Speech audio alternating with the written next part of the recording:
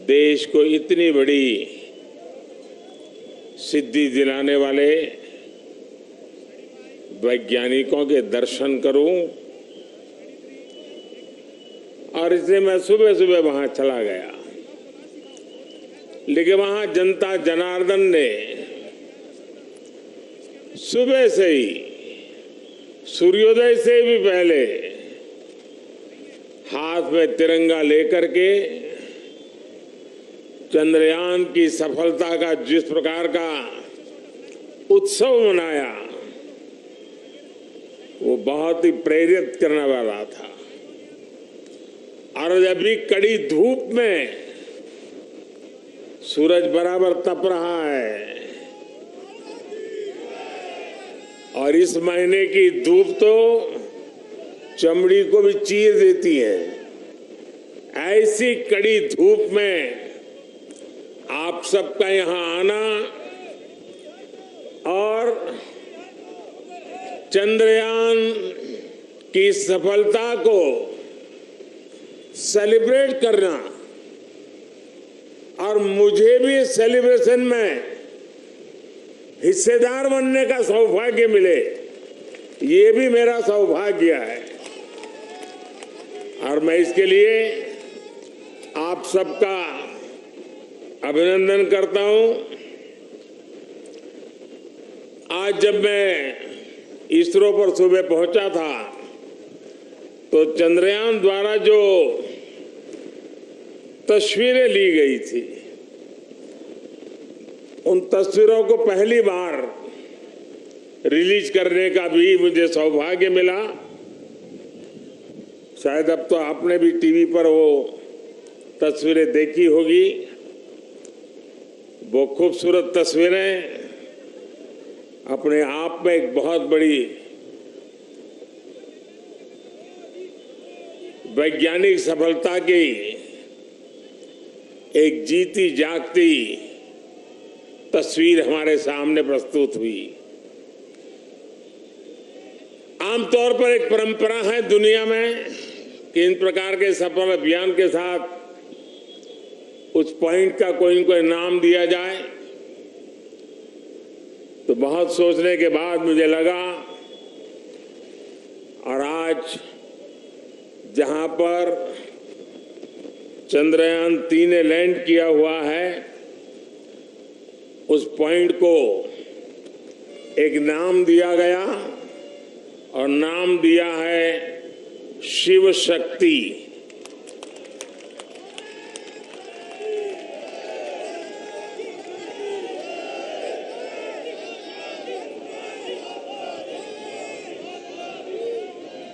और जब शिव की बात होती है तो शुभम होता है, और शक्ति की बात होती है तो मेरे देश की नारी शक्ति की बात होती है। जब शिव की बात होती है तो हिमालय याद आता है, और शक्ति की बात होती है तो कन्याकुमारी याद आता है। हिमालय से कन्याकुमारी तक की इस भावना को उस पॉइंट में प्रतिबिंबित करने के लिए इसका नाम शिव शक्ति तय किया है।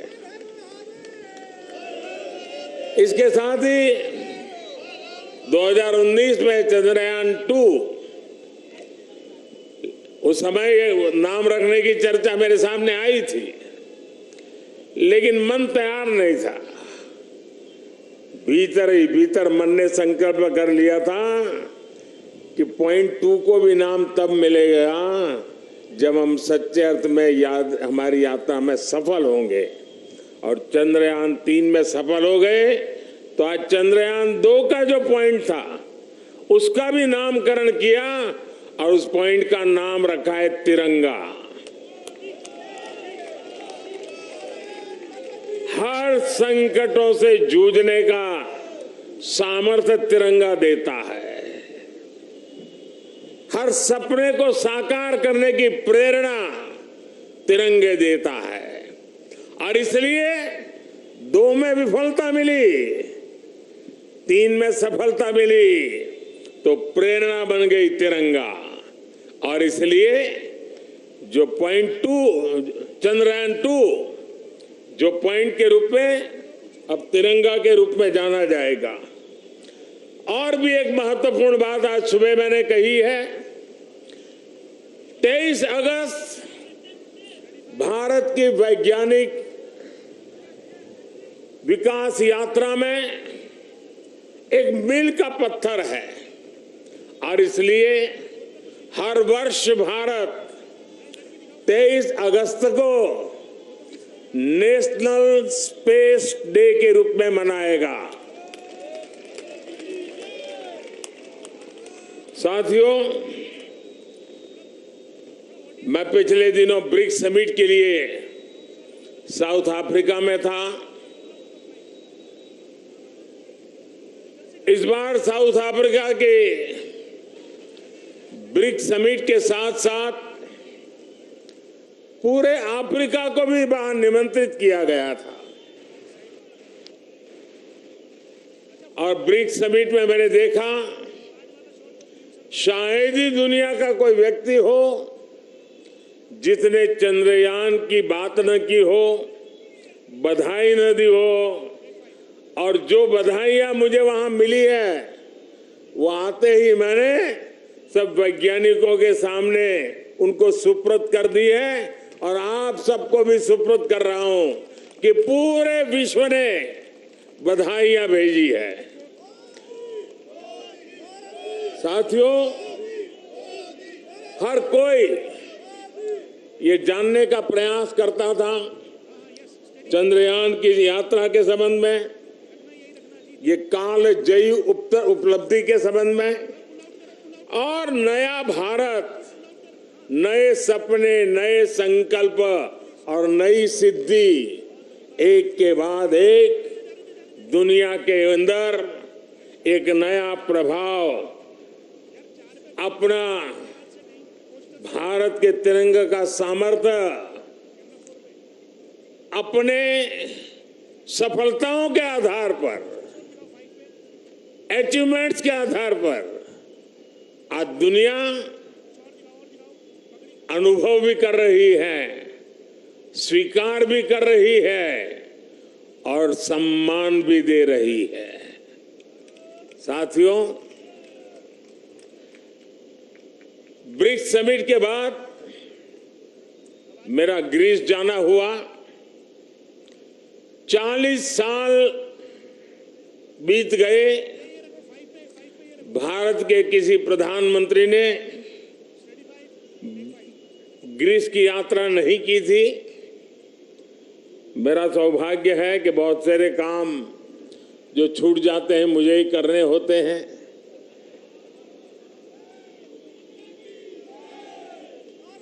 ग्रीस में भी जिस प्रकार से भारत का मान सम्मान, भारत का सामर्थ्य और ग्रीस को लगता है कि भारत और ग्रीस की दोस्ती, ग्रीस एक प्रकार से यूरोप का प्रवेश द्वार बनेगा और भारत और ग्रीस की दोस्ती भारत और यूरोपियन यूनियन के रिश्तों को मजबूती देने का एक बहुत बड़ा माध्यम बनेगा। साथियों, आने वाले दिनों में कुछ दायित्व हमारे भी हैं। वैज्ञानिकों ने हमारा काम किया है, सैटेलाइट हो, चंद्रयान की यात्रा हो, सामान्य मानवी के जीवन में इसका बहुत बड़ा प्रभाव होता है और इसलिए इस बार मेरे देश की युवा शक्ति को विज्ञान के प्रति रुचि बढ़े, टेक्नोलॉजी के प्रति रुचि बढ़े। हमें इस बात को आगे ले जाना है। हम सिर्फ उत्साह, उमंग, नई ऊर्जा, सिर्फ इतने से अटकने वाले लोग नहीं हैं। हम एक सफलता प्राप्त करते हैं तो वहीं पर मजबूत कदम रख के नए उछाल के लिए तैयार हो जाते हैं और इसलिए गुड गवर्नेंस के लिए, लास्ट माइल डिलीवरी के लिए, सामान्य मानवीय की जिंदगी में सुधार के लिए ये स्पेस साइंस कैसे काम आ सकता है, ये सैटेलाइट कैसे काम आ सकते हैं, ये हमारी यात्रा कैसे उपयोगी हो सकती है, उसको हमें आगे बढ़ाना है। और इसलिए मैंने सरकार के सभी विभागों को सूचित कर रहा हूं कि वे अपने अपने विभाग में जो जन सामान्य से जुड़े काम है, उन कामों में स्पेस साइंस का, स्पेस टेक्नोलॉजी का, सैटेलाइट के सामर्थ्य का डिलीवरी में कैसे उपयोग करें, क्विक रिस्पांस में कैसे उपयोग करें, ट्रांसपेरेंसी में कैसे उपयोग करें, परफेक्शन में कैसे उपयोग करें, उन सारे बातों की ओर वो अपनी समस्याओं को खोज के निकाले। और मैं देश के नौजवानों को आने वाले दिनों में हैकेथॉन ऑर्गेनाइज करना चाहता हूं। पिछले दिनों कई हैकेथॉन में देश के लाखों विद्यार्थी 30-30, 40-40 घंटे नॉन स्टॉप काम करके बढ़िया बढ़िया आइडिया दिए हैं और उसमें से एक वातावरण पैदा हुआ है। मैं आने वाले दिनों में ऐसे हैकेथॉन की बड़ी श्रृंखला चलाना चाहता हूं ताकि देश का जो यंग माइंड है, यंग टैलेंट है और जो जन सामान्य की मुसीबतें हैं, इसके सॉल्यूशन के लिए ये स्पेस साइंस, सैटेलाइट से टेक्नोलॉजी उसका उपयोग करें, उस दिशा में हम काम करेंगे। इसके साथ साथ हमें नई पीढ़ी को भी विज्ञान की तरफ आकर्षित करना है। 21वीं सदी टेक्नोलॉजी ड्रिवन है और दुनिया में वही देश आगे बढ़ने वाला है जिसकी साइंस और टेक्नोलॉजी में महारत होगी। और इसलिए समय की मांग है कि 2047 में हमारे देश को विकसित भारत बनाने के सपने को पार करने के लिए हमें साइंस और टेक्नोलॉजी की राह पर और अधिक मजबूती से आगे बढ़ना है। हमारी नई पीढ़ी को बचपन से ही साइंटिफिक टेम्पर के साथ आगे बढ़ने के लिए तैयार करना है। और इसलिए ये जो बड़ी सफलता मिली है, ये जो उमंग है, उत्साह है, उसको अब शक्ति में चैनलाइज करना है।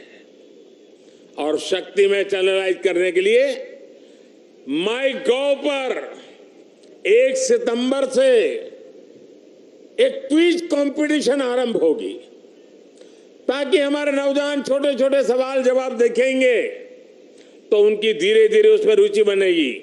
और जो नई एजुकेशन पॉलिसी है उसने साइंस और टेक्नोलॉजी के लिए बहुत भरपूर व्यवस्था करके रखी हुई है।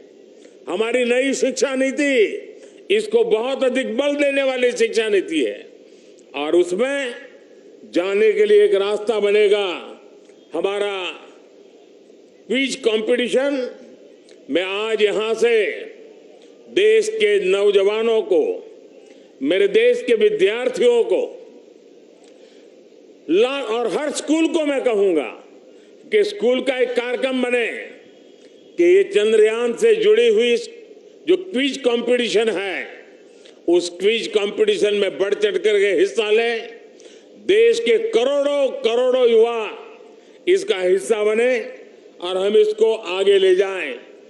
मैं समझता हूं ये बहुत बड़ा परिणाम देगा। आज मेरे सामने आप सब आए हैं तो और भी एक बात की ओर मैं आपका ध्यान आकर्षित करना चाहता हूं। विश्व की भारत के प्रति एक बहुत जिज्ञासा बढ़ी है, आकर्षण बढ़ा है, विश्वास बढ़ा है। लेकिन इन सब के बावजूद भी कुछ मौके होते हैं जब उसे इन चीजों की अनुभूति होनी चाहिए। हम सब के सामने तत्काल एक अवसर आने वाला है और खास करके दिल्ली वासियों के लिए अवसर आने वाला है, और वो है G20 समिट। एक प्रकार का विश्व का बहुत बड़ा निर्णायक नेतृत्व ये हमारी दिल्ली की धरती पर होगा, हिंदुस्तान में होगा। पूरा भारत यजमान है, लेकिन मेहमान तो दिल्ली आने वाले हैं। उनको जरा, मेरी डॉक्टर की टीम जरा पहुंचे, मेरे साथ जो डॉक्टर हैं जरा देख लें इनको।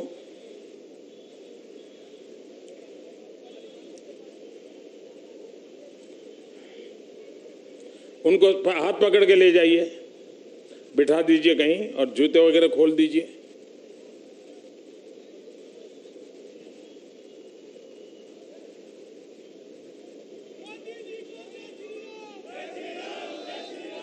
G20 की मेजबानी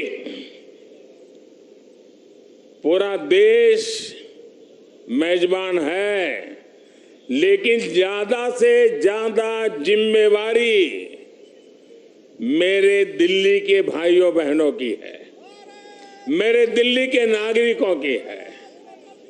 और इसलिए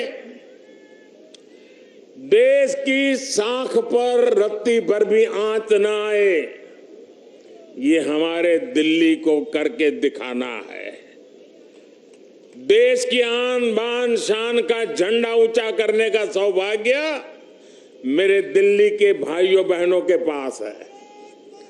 और इतनी बड़ी मात्रा में विश्व से मेहमान आते हैं तो असुविधा तो होती ही होती है। अपने घर में भी अगर 5-7 मेहमान आ जाए तो घर के लोग मुख्य सोफा पे नहीं बैठते, अगल वाली छोटी सी चेयर पर बैठ जाते हैं, क्योंकि मेहमान को जगह देते हैं। हमारे यहां भी अतिथि देवो भव के हमारे संस्कार है। हमारी तरफ से जितना ज्यादा मान सम्मान स्वागत हम दुनिया को देंगे, वो सम्मान अपना बढ़ाने वाले हैं, हमारा गौरव बढ़ाने वाले हैं, हमारी साख बढ़ाने वाले हैं। और इसलिए सितंबर में 5 तारीख से लेकर के 15 तारीख तक बहुत सारी गतिविधियां यहां रहेगी। मैं दिल्ली वासियों से आने वाले दिनों में जो असुविधा होने वाली है उसकी क्षमा यात्रा आज ही कर लेता हूं, और मैं उनसे आग्रह करता हूं, ये मेहमान हम सबके हैं। हमें थोड़ी तकलीफ होगी, थोड़ी असुविधा होगी, ट्रैफिक की सारी व्यवस्थाएं बदल जाएगी, बहुत जगह पे हमें जाने से रोका जाएगा, लेकिन कुछ चीजें आवश्यक होती है।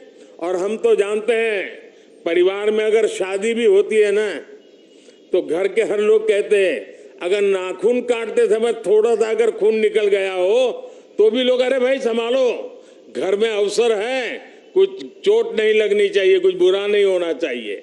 तो ये अपना बड़ा अवसर है। एक परिवार के नाते ये सारे मेहमान हमारे हैं।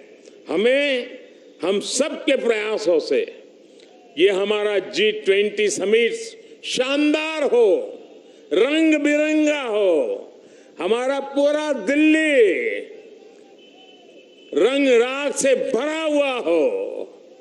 ये काम दिल्ली के मेरे नागरिक भाई बहन करके दिखाएंगे, ये मेरा पूरा विश्वास है। मेरे प्यारे भाइयों बहनों, मेरे परिवारजनों, कुछ ही दिन के बाद रक्षाबंधन का पर्व आ रहा है। बहन भाई को राखी बांधती है, और हम तो कहते हैं चांदा मामा, बचपन से ही पढ़ाया जाता है चांदा मामा। हमें बचपन से सिखाया जाता है धरती माँ। धरती माँ है, चांदा मामा है, मतलब कि हमारी धरती माँ चांदा मामा की बहन है। और इस राखी का त्योहार ये धरती माँ ये ल्यूनर को राखी के रूप में भेज करके चंदा मामा के साथ राखी का त्योहार मनाने जा रही है। और इसलिए हम भी ऐसा राखी का शानदार त्योहार मनाएं, ऐसा भाईचारा का, ऐसा बंधुत्व का, ऐसा प्यार का वातावरण बनाएं कि G20 समिट में भी चारों तरफ ये बंधुत्व, ये भाईचारा, ये प्यार, ये हमारी संस्कृति, हमारी परंपरा का दुनिया को परिचय कराएं। मुझे विश्वास है कि आने वाले त्योहार शानदार होंगे और सितंबर महीना हमारे लिए अनेक रूप से विश्व में फिर से एक बार, इस बार वैज्ञानिकों ने चंद्रयान की सफलता से जो झंडा गाड़ा है, हम दिल्ली वासी G20 की मेहमान नवाजी अद्भुत करके उस झंडे को नए ताकत दे देंगे, ऐसा मेरा पूरा विश्वास है। मेरी आप सबको इस इतनी धूप में यहां आकर के इस हमारे वैज्ञानिकों के महोत्सव को सामूहिक रूप से मनाने के लिए, तिरंगे को लहराने के लिए बहुत बहुत बधाई देता हूं, बहुत बहुत शुभकामनाएं देता हूं। मेरे साथ बोलिए भारत माता की, भारत माता की, भारत माता की। बहुत बहुत धन्यवाद।